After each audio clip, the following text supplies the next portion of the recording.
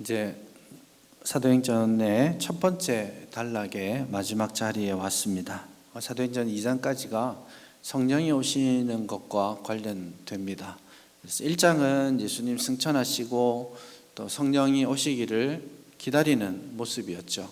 간절히 기도하면서 조직을 정비하면서 기다리고 있었고요. 2장에서 성령께서 오셨고 그리고 그 성령 오심의 결과가 어떠한지를 보여줍니다. 성령이 임하시고 역사상 교회의 첫 번째 설교가 전해졌었습니다. 이게 사도 베드로의 설교가 본문에 나타나 있고요. 그 설교의 결과가 뭐냐면 교회의 탄생입니다. 역사적으로 첫 번째 교회가 이 첫 번째 오순절 성령 강림으로 말미암는 설교로 말미암아서 세워집니다. 그리고 오늘 본문은 그 역사적으로 세워졌던 첫 번째 교회가 어떤 공동체였는가 그것을 보여줍니다. 그래서 첫 번째 설교와 첫 번째 교회와 첫 번째 그 교회의 삶에 대해서 2장까지 그렇게 말씀하고 있습니다. 물론 예루살렘 이 첫 번째 교회가 완전한 교회였냐? 그렇지는 않습니다. 많은 문제들과 어려움들을 가지고 있었습니다. 그럼에도 불구하고 처음 성령이 임하시고 그 사도들로 말미암아서 세워진 그 교회, 그리고 그 교회가 꿈꾸었던 이상, 그것들은 어떤 의미에서는 오늘 저와 여러분들, 우리 교회가 세월이 많이 지났지만 교회가 꿈꾸고 추구해야 될 그런 모델로서의 역할도 한다고 생각합니다. 그래서 오늘 본문에 나타나 있는 첫 번째 교회의 어떤 공동체적인 삶을 살펴보면서 우리 교회가 나아갈 길에 대해서도 한번 같이 묵상하기를 원합니다. 오늘 42절이 기본적으로 우리에게 가르치는 바입니다. 한번 42절을 먼저 같이 읽어볼까요? 시작. 그들이 사도의 가르침을 받아 서로 교제하고 떡을 떼며 오로지 기도하기를 힘쓰니라. 여기서 우리가 제일 먼저 주목해야 될 첫 번째 단어가 뭐냐면 힘쓰니라 이겁니다. 한글 성경은 동사가 제일 뒤에 있기 때문에 끝에 붙어 있고 그러다 보니까 약간 어떤 오해까지도 있는데 뭘 힘썼느냐 하고 보면 오로지 기도하기를 힘썼다라는 말로 생각할 수 있는데 그렇지는 않습니다. 사실 1장 14절에 보면 성도들이 모여서 오로지 기도에 힘썼다 이런 말이 나오기 때문에 기도에 힘썼구나라고 생각할 수 있지만 사실 본문에 힘쓰니라 이 말은 앞에 나오는 모든 것을 다 힘썼다는 말입니다. 그래서 그들이 힘썼다 하고 그 다음에 나오는 것들이죠. 무엇을 힘썼느냐 하면 사도들의 가르침을 받는 일에 힘썼고 서로 교제하고 떡을 떼는 일에 힘썼고 오로지 기도하는 일에 힘썼다 그런 뜻입니다. 힘써서 열정적으로 최선을 다해서 모이고 기도하고 공부하고 교제하고 했다라는 겁니다. 그래서 우선은 이런 힘씀, 열정적인 그 노력 이런 것들이 우리 안에 좀 또 회복되었으면 좋겠습니다. 이게 46절에도 있습니다. 날마다 마음을 같이하여 성전에 모이기를 힘썼다 그렇게 말하고 있죠. 그래서 초대교회 성도들은 복음을 받고 그 복음의 변화를 입어서 사람들이 힘을 다해서 모이고 예배드리고 교제하는 일에 최선을 다했다라는 그런 뜻입니다. 그러면 이들이 최선을 다해서 힘써서 수고한 것이 무엇인가? 그것을 42절서부터 한번 살펴볼 수 있겠습니다. 제일 먼저 가장 열심히 지속적으로 수고한 것이 무엇이냐면 첫 번째, 사도의 가르침을 받는 일에 힘썼다. 그렇게 말할 수 있습니다. 사도들의 가르침이 뭔지에 대해서 한번 생각해 볼 필요가 있습니다. 여러 사도들이 가르쳤지만 여기서 말하는 가르침은 단수로서 하나의 복음입니다. 사도들이 가르친 것, 사도들의 자격을 보면 알 수 있어요. 사도행전에서 말하는 사도들의 자격은 어떤 사람들입니까? 예수님이 세례 받으시고 사역하시고 죽으시고 부활하시고 승천하신 모든 일을 처음부터 눈으로 보고 그것을 증거할 수 있는 사람이라고 했습니다. 그래서 사도들이 가르치는 것, 그것은 예수님의 전 생애를 말하는 겁니다. 예수님을 증언할 수 있는 사람. 그리고 예수님께서 부활하신 이후에 40일 동안 제자들에게 하나님 나라의 일들을 또 가르쳐 주셨죠. 그것은 사실은 그 하나님의 나라의 일들은 예수님에 관한 복음이 되겠습니다. 그렇기 때문에 여기서 말하는 사도의 가르침은 예수 그리스도, 그분으로 말미암는 구원, 그것이 바로 사도의 가르침의 핵심입니다. 근데 이때는 이 사도의 가르침이 그냥 사도들이 있었기 때문에 그들에게서 배우면 됐습니다. 그래서 궁금한 게 있으면 베드로 선생님 어땠어요 그때?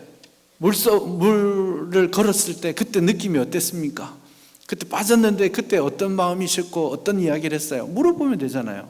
그런데 시간이 지나면서 사도들이 이제 죽음에 처해지고 순교하고 그렇게 이제 한 시대가 가게 되면서 이 사도의 가르침을 기록해야 될 필요성이 생겼죠. 그래서 그 사도들과 사도권에 속한 사람들이 기록한 것이 바로 이 사도들의 가르침을 기록한 것이 복음서입니다.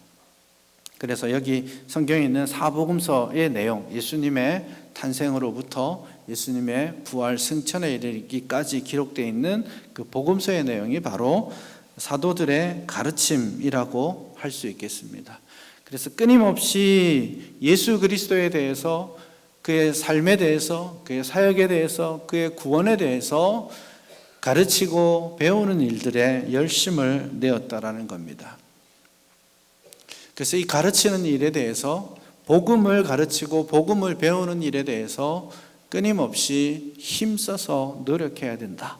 그게 이 땅의 교회들이 가장 먼저, 가장 중요하게, 그리고 지속적으로 감당해야 될 사명이다라는 것을 여러분 기억할 수 있기를 바랍니다. 참 안타까운 마음이 있습니다. 이 부분에 대해서. 오늘날 한국 교회가 또 세계적으로 교회가 많이 힘든 시간들 가운데 있습니다. 근본적으로 그런 질문이 들어요. 교회가 정말 복음의 본질에 충실한가? 그것을 가르치고 그것을 전하는 일에 열심을 내고 있는가? 거기에 대해서 솔직히 안타깝지만 죄송스럽지만 저는 좋은 점수를 줄 수가 없습니다.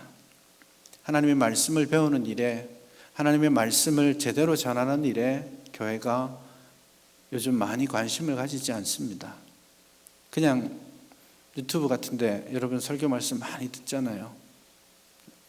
봐도 안타까울 때가 많습니다. 참 잘 하시는 분들도 계시는데 소위 잘한다고 알려진 분들도 보면 하나님 말씀 연구되지 않은 설교가 참 많습니다. 그리고 되게 피상적으로 전합니다. 귀에 듣기 좋은 말씀들 많이 하세요. 하나님의 말씀의 본질의 이 토대가 사실은 강단에서부터 약해져 있다는 걸 저는 느낍니다. 그건 여러분들의 책임은 아니에요. 제 책임입니다. 저 또한 그 부분에 있어서 마지막까지 조심하고 노력해야 될 부분이고, 또 그것이 저의 사명이고 저의 부르심이기 때문에 어떤 의미에서 저는 그 일 할 겁니다. 여러분이 좋아하든지 안 하든지 저는 그 일 할 겁니다. 말씀을 연구하고 말씀을 전하고 하는 일이 저의 부르심이고 하나님이 저에게 주신 사명이니까 저는 어쨌든 그 일을 하다가 주님 부르실 때 딱 갈 겁니다.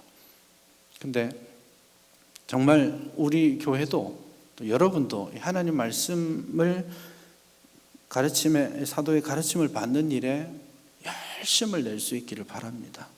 이게 토대가 흔들리니까 교회가 그냥 이런저런 상황에 이렇게 흔들리고 저렇게 흔들리고 심지가 굳지 못하기 때문입니다. 하나님 말씀이 좀 뚜렷하게 잘 세워져 갔으면 좋겠습니다.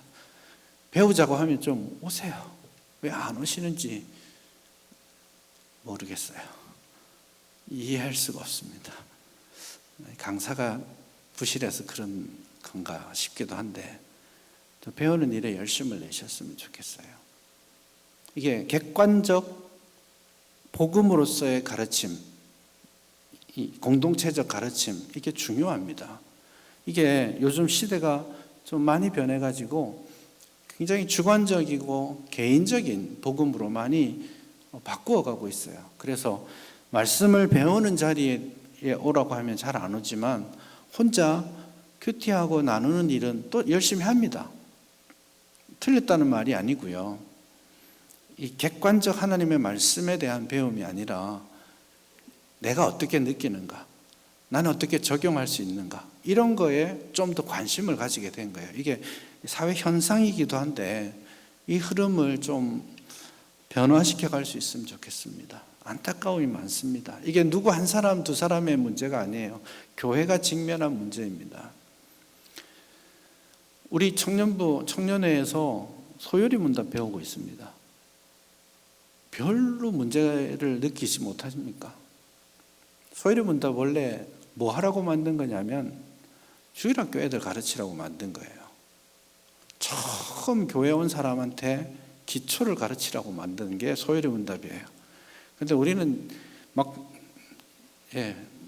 소요리 문답 떼고는 그거 떼지도 못하지만 그거 떼는 게 끝인 것 같이 그럽니다. 그건 주일학교 문제만은 아니에요, 사실은. 우리 교단 헌법의 첫 번째 내용이 소요리 문답입니다. 웨스트민스터 신앙고백서 대소요리 문답 중에 소요리 문답을 거기에 넣어놓고 있죠.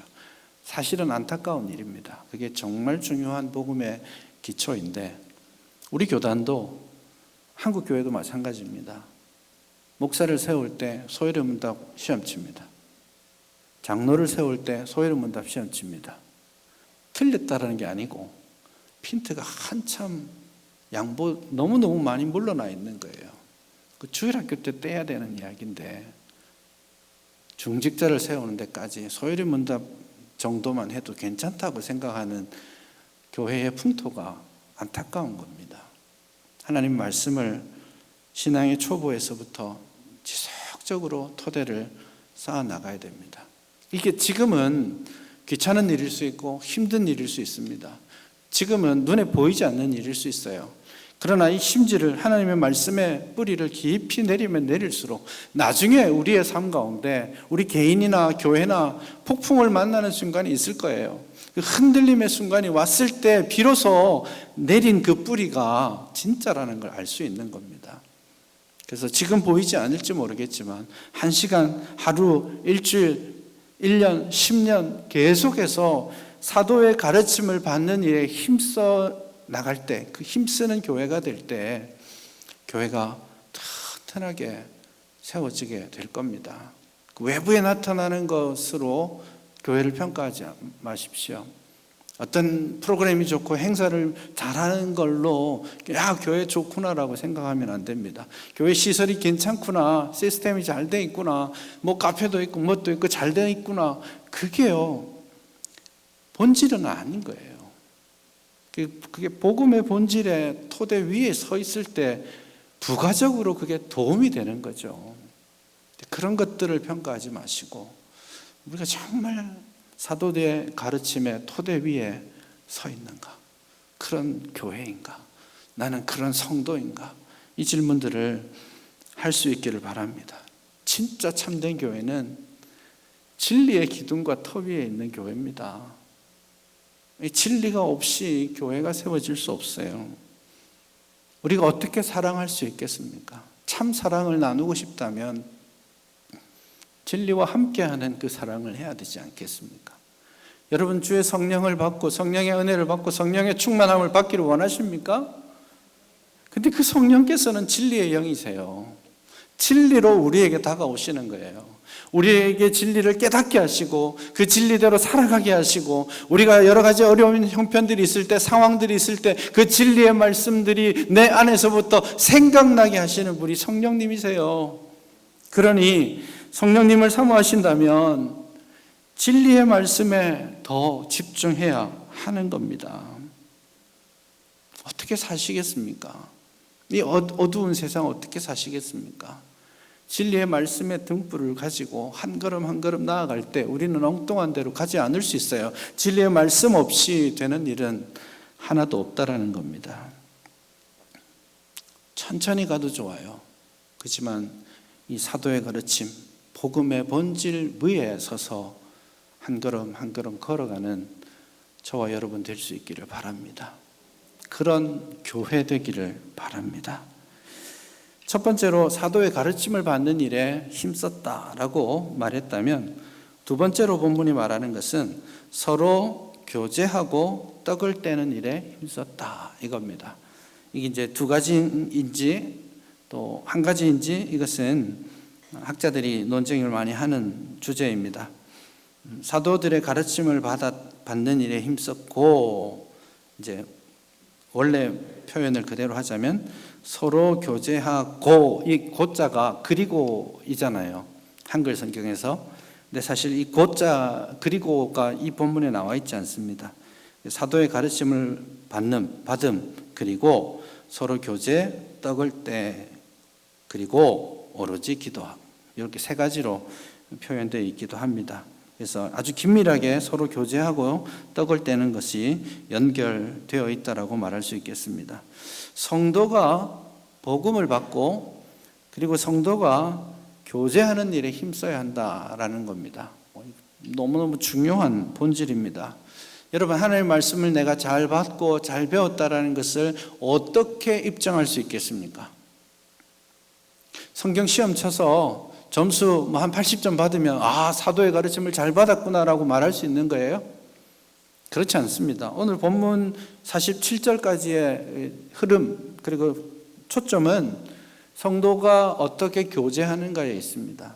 하나님의 말씀을 제대로 받은 그 모습은, 그것을 입증하는 모습은 성도가 교제하는 것으로, 사랑을 나누고 섬기는 것으로 나타나게 됩니다. 그래서 가르침을 받아 서로 교제했다, 교제에 힘썼다라고 말하는 것이죠.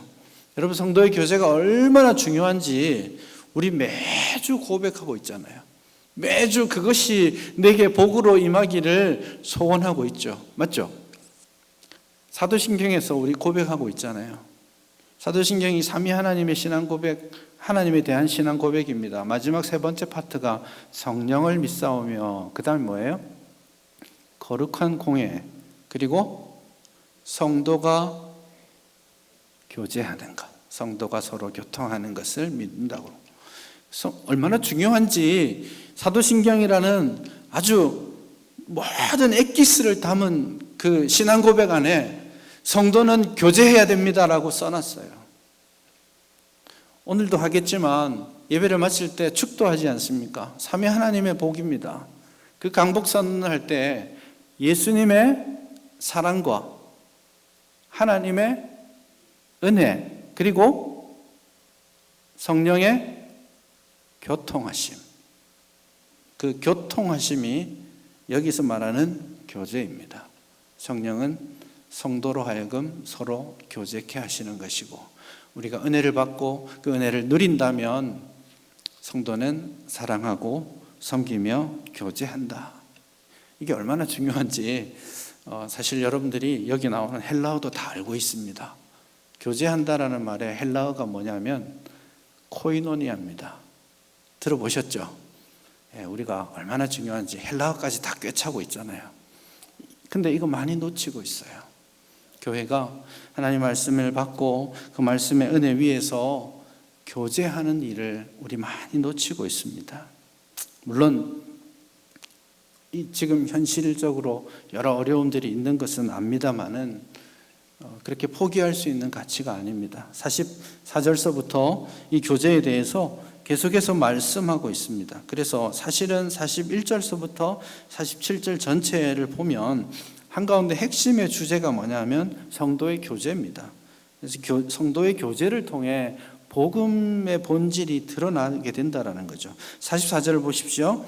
믿는 사람이 다 함께 있어 모든 물건을 서로 통용했다. 45절에 재산과 소유를 팔아 각 사람의 필요를 따라 나누어 주었다. 46절에 날마다 마음을 같이하여 성전에 모이기를 힘쓰고 집에서 떡을 떼며 기쁨과 순전한 마음으로 음식을 먹었다. 그렇게 말씀하고 있지 않습니까? 모든 물건을 서로 통용하고 재산과 소유를 내 것이라고 주장하지 않고 필요한 사람들에게 나누어 줄 줄 아는 그 넉넉함, 그게 복음을 받은 사람, 성령의 사람이 가지고 있는 겁니다. 예배드리러 와서 같이 떡을 떼고 교제하고, 그리고 2부 순서 또 있죠. 집에 가서 우리 이렇게 헤어질 수 있어, 밥 먹고 가 하고 같이 또 식사하고 교제하고, 그것이 오늘 초대교회가 보여주고 있는 그런 교회의 본질과 맞닿아 있는 것입니다. 날마다 성전에 모여서 예배하고 기도하고, 그리고 기도하다 보니까 옆에 있는 사람이 보이는 겁니다. 나는 배불리 먹고 왔는데 배를 골고 있는 사람이 보이는 겁니다. 그래서 누가 시키지도 않았는데, 사도들이 그걸 요구한 것도 아니에요. 강제한 것도 아닌데, 그 다음날 집에 있는 재산을 좀 팔아서, 땅을 팔아가지고 와서 먹지 못하는 사람들에게 구제의 손길들을 줍니다. 도움의 손길이죠. 필요한 사람들에게 자기의 재산, 자기의 소유를 팔아서 나누어 주는 모습이 그러한 겁니다. 그게 성도의 교제의 모습이죠. 4장 32절에 보면 그와 같은 내용들이 그대로 다시 나옵니다. 32절을 보시면, 믿는 무리가 한 마음과 한 뜻이 되어 모든 물건을 서로 통용하고 자기 재물을 조금이라도 자기 것이라고 하는 이가 하나도 없더라. 바나바라는 사람이 여기에 등장하게 되는데요, 누가 강요하고 요청하지도 않았지만 교회 안에 필요한 사람들이 눈에 보이고 그 사람을 위해 자기의 소유를 팔아서 사도들의 발 앞에 내려놓습니다. 사도들에게 또 교인들을, 성도들을 구제하고 돕도록 그렇게 하고 있습니다. 사랑의 교제가 있으면, 누가 요구하지 않아도 사랑의 교제가 있으면 이웃이 눈에 들어오는 겁니다. 그들의 필요가 나의 필요처럼 느껴지는 겁니다. 그리고 그 사랑의 교제가 성도들을 서로 섬기게 하는 것입니다. 기쁨과 순전한 마음으로 모여서 음식을 나누어 먹고 있습니다. 이 떡을 떼는 것이 한편으로는, 1차적으로는 보통 이제 성경에서 떡을 뗀다는 말은 성찬식을 행한다는 뜻입니다. 하지만 떡을 떼는 것과 지금 본문에서 말하는 그 서로 교제하는 것이 서로 연결되어 있는 문맥이기 때문에 이 떡을 떼는 성찬을 열심히 하는 것과 집에서 밥 먹는 것이 연결되어 있다는 거예요. 우리는 이게 딱 구별이 됩니다. 예를 들어서 성찬식을 하잖아요. 1년에 4번 하고 있는데 사실 작은 거죠. 최근에 1년에 2번 하던 거 4번으로 늘렸는데, 칼빈 같은 경우는 매주 했으면 좋겠는데 교회 상황들이 허락지 않는 일들이 좀 있기 때문에 한 달에 한 번씩 한다든지 그런 식으로 하기도 했습니다. 초대교회는 모일 때마다 떡을 뗐습니다. 그게 성찬이라고 할 수 있겠고, 다만 우리는 성찬을 한다 이러면 예배 시간에 여기서 요만큼만 떼가지고 먹잖아요. 이가 좀 간격이 넓은 사람은 중간에 낄 수도 있을 만큼 조금 주는데, 이때는 그렇지 않았던 것 같아요. 첫 번째 예수님이 성찬을 제정하시는 것도 우리가 생각하는 성찬이 아니라 떡을 떼서 식사를 하는 자리였죠. 그래서 초대교회는 떡을 떼는 것과 식사 자체가 제가 생각할 때는 완전히 이렇게 분리된 것이 아니라고 생각합니다. 그래서 떡을 떼는 성찬도 마찬가지지만 그 성찬에 주님과의 신비로운 연합과 교제뿐만 아니라 공동체로서 우리가 함께 교제함의 이상 본질도 거기에 들어 있는 것이죠. 쉽지 않은 현실입니다. 2년 넘게 우리 식사 못하고 있어요. 누구에게는 복음이죠. 네. 그 때문에 사실은 힘드신 분들이 꽤 있거든요. 많습니다. 이거 우리가 기억해야 됩니다. 우리 집사님, 권사님들 이 밥 해내느라고 골병 드신 분들이 한둘이 아닙니다. 그러니까 우리가 그냥 쉽게 밥 한 끼 먹고 가지만 그냥 밥 먹으면서 오늘은 짜네? 뭐 이렇게 누가 간했어? 막 이렇게 하고 가지만 그걸 위해 진짜 시간과 물질과 자신의 몸을 들여서 수고하는 사람들이 있어요. 그걸 우리가 기억하고 진짜 짜면 짠 대로 좀 식었으면 식었는 대로 맛있게 감사함으로 먹어야 됩니다. 그게 우리의 얻어먹는 사람의 본분입니다. 그건 정말 기억해야 하죠. 하지만 한편으로 안타까운 일입니다. 코로나 상황 때문에 우리가 함께 식사하지 못하는 이 현실이 정말 안타까운 일입니다. 이게 그냥 밥 한 끼의 문제가 아니라 성도의 교제가 약화되고 있다는 것, 그게 문제입니다. 구역 예배 예전에는요 잘 먹었습니다. 그래서 오면 구역자매님이든 어디든 가면 같이 뭐 별거 없어도 숟가락 하나 더 얹어가지고 같이 먹는 것을 즐거워했는데 요즘은 그렇지 않은 분위기이죠. 그건 개인 지금 부담스럽고 힘든 현실도 현실이지만 사실은 사회 문화가 그렇습니다. 지금 많이 변했잖아요. 이제 부모님 오셔도 밥 안 하잖아요. 그냥 시켜 먹기도 하고 외식하고 그런 게 하나의 문화가 됐는데 그거 하면 안 된다가 아니에요. 집에서 다 그냥 된장찌개, 김치찌개 다 해야 된다고 말하는 게 아니고 어떻게 사회가 바뀌어가고 문화가 어떻게 변해가든지 성도의 교제가 약화되지 않도록 해야 한다는 겁니다. 그래서 교회는 은혜 받은 사람은 나 혼자 예수 믿고 천국 가는 것으로 만족하는 게 아니라 주변을 보는 눈을 가지는 거예요. 주변을 향해 예수님의 마음을 가지는 거예요. 하늘 보좌에 앉아 계시다가 도저히 참을 수 없어서 내려오셔서 우리 곁에 오셨던 그 주님처럼, 그러니까 주님의 은혜를 받은 우리라면 당연히 이제는 나의 문제가 아니라 내 곁에 주님의 마음을 가지고 주님의 눈을 가지고 이웃과 곁에 서 있을 줄 아는 사람, 교제하는 사람, 그것이 우리가 살아내야 될 삶의 모습입니다. 초대교회는 외인들을 향해서도 교회 자체가 그것을 공급하고 교제하는 곳이었습니다. 그래서 예전에는 유대인들도 마찬가지입니다. 회당이든 교회든 그냥 나그네가 여관을 못 찾았다, 교회 오면 됩니다. 먹을 게 없는 사람, 배가 고프다, 교회 오면 됐었습니다. 그래서 교회 오면 그들을 영접하고 먹이고 하는 일들을 했었습니다. 모든 사람들에게 환영합니다를 말하는 교회였죠. 그게 초대교회의 모습이었습니다.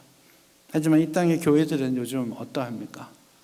지나치게 예배 중심입니다. 그 예배 드린 걸로 신앙생활 다 한 걸로 생각하는 사람도 있습니다. 많은 교회들이 예배당에 신경 많이 씁니다. 일주일에 한 번, 두 번 모이는데 여기에 투자하고 번듯한 모양에 그렇게 집중합니다. 너무너무 좋은 거 해놓으니까 평일날은 예배당에 들어오지도 못해요. 잠궈 놓으니까. 이게 교회가 지금 이웃에 대해서, 사회에 대해서 섬김과 봉사, 교제, 웰컴, 이 가치를 잃어가고 있는 겁니다. 교회도 성도도 성도 간에도 교회가 세상을 외인을 향해서도 이 성도의 교제의 가치들을 잃고 있다는 것을 우리 뼈 아프게 받아야 합니다. 글쎄요, 우리가 무심코 고백해 왔는지 모르겠지만 우리의 신앙 고백 가운데 항상 외쳤던 성도의 교제, 성도가 서로 교통하는 이 가치들을 잘 회복할 수 있기를 바랍니다. 이제 두 번째와 세 번째가 성도의 교제와 떡을 떼는 것으로 서로 연결되어 있고요. 그리고 마지막 네 번째가 오로지 기도하기를 힘썼다, 그렇게 말씀하고 있습니다. 오로지 기도하는, 전심으로 기도했다. 교회는 기도하는 공동체입니다. 여러분, 이 교회를, 성전을 뭐라고 표현했었습니까? 내 집은 만민이 기도하는 집이다. 교회의 정체성은 하나님께 기도하는 집이라는 정체성입니다. 당연히 교회 오지 않아도 가능합니다. 집에서 기도해도 돼요. 개인적으로 기도할 수 있습니다. 근데 지금 여기서 말하는 기도는 기도들이죠, 사실은. 모여서 함께하는 기도입니다. 그리고 교회가 언제나 열려서 기도하는 그런 공간으로서 활용될 수 있었으면 좋겠어요. 우리 교회가 이런 부분에 있어서 개인적으로 기도하는 일에 있어서 공동체로 기도하는 일에 있어서 좀 더 헌신된 그런 교회가 될 수 있기를 바랍니다. 글쎄요, 저 중고등부 다닐 때만 해도 매일같이 교회 왔었어요. 오래 있지도 않았습니다. 고등학교 다닐 때도 학교 버스 기다리기 전에 막 달려와가지고 교회 와서 예배당에 들어가지도 않고 예배당 입구에 있는 장의자 앉아가지고 기도합니다. 주님, 학교 다녀오겠습니다. 기도하고 이제 학교 마치면 집에 먼저 안 갔죠. 항상 교회에 막 달려와서 다녀왔습니다. 이렇게 눈 뜨고 보면 친구 있거든요. 같이 탁구 치고 공부는 안 하고 그렇게 교제하고 그랬던 기억이 있습니다. 수시로 와서 구석자리 한켠에 앉아서 잠깐이라도 기도하고 그런 사람들이 모여서 기도하고 그런 교회가 되었으면 좋겠습니다. 사도행전, 사도들의 행전이죠. 기도의 역사입니다. 그들은 성령이 오시기를 간절히 기도했던 사람들입니다. 성령이 오시니까 그 은혜 받아서 지금 날마다 모여서 기도하는 사람들입니다. 교회에 핍박이 왔을 때 천지의 주제이신 주님께 기도하던 사람들입니다. 땅이 흔들리도록 기도했던 사람들입니다. 전도의 문이 막혔을 때 그 길의 지도하심을 위해 기도했던 사람들입니다. 전도하다가 매를 맞고 핍박받아 감옥에 갇혔을 때 그 밤에 역시 앉아서 기도하고 찬양했던 사람들입니다. 그래서 이 사도들의 행전은 사실은 성령의 역사의 행전이고 사실은 성도들의 기도의 행전입니다. 오늘 저와 여러분들이 개인적으로도 기도를 회복해야 되겠지만 공동체적 기도를 효과적으로 더 열심히 회복할 수 있기를 바랍니다. 사실 개인적으로 기도하면 자기 기도가 중심일 수밖에 없습니다. 편향됩니다. 그래서 공동체 기도가 필요해요. 이 두 가지가 다 필요한 이유입니다. 같이 모여서 공동체를 위해, 이웃을 위해 같이 기도하고 마음을 쓰는 그런 교회 될 수 있기를 바랍니다. 이 땅에 이런 교회가 있을까요? 누가 그런 교회 찾고 있다고 하면 여러분은 우리 교회라고 말할 수 있겠습니까? 야, 우리 교회가 그래. 우리 제일영도 교회야. 우리 교회 와. 우리 교회 말씀 튼튼한 교회, 기도하는 교회, 사랑으로 교제하는 교회야. 그렇게 말할 수 있겠습니까? 우리 교회가 그런 교회가 되었으면 좋겠습니다. 교회도 사람들도 너무 소비 중심적이에요. 바꿔야 됩니다. 교회를 선택할 때 사람들이 어느 교회가 할까 쇼핑합니다. 막 쇼핑이라는 말이 좀 너무 과한 표현일 수 있겠지만 그런 것처럼 보입니다. 그래서 이 교회도 가보고 저 교회도 가보고 시설은 어떻는지 건물은 어떻는지 사람들은 어떤지 평가하고 그래서 결정하죠. 아, 이 교회 가면 나한테 제일 좋겠구나. 이게 틀린 접근입니다. 주객이 전도됐죠. 교회의 주인이 누굽니까? 내가 아니잖아요. 나 중심적으로 교회를 판단하고 교회 요구해서는 안 됩니다. 이 교회가 나에게 무엇을 줄 수 있을까를 질문하기 시작할 때 또 이 교회가 그것을 주지 못할 때 교회를 떠날 수밖에 없죠. 당연한 겁니다. 그러나 우리가 질문해야 되는 것은 진짜 복음 가운데 있다면 우리가 질문해야 될 것은 교회의 주인 되신 주님께서 나를 통해 이 교회에서 하시기를 원하는 게 뭔가? 그 질문을 해야 됩니다. 주님이 주인이시니까. 그런 교회들을 함께 이루어갈 수 있기를 바랍니다. 본질을 붙드시고 그 본질의 토대 위에서 사랑과 섬김과 기도를 쌓아가는 복된 우리 교회가 되기를 바랍니다.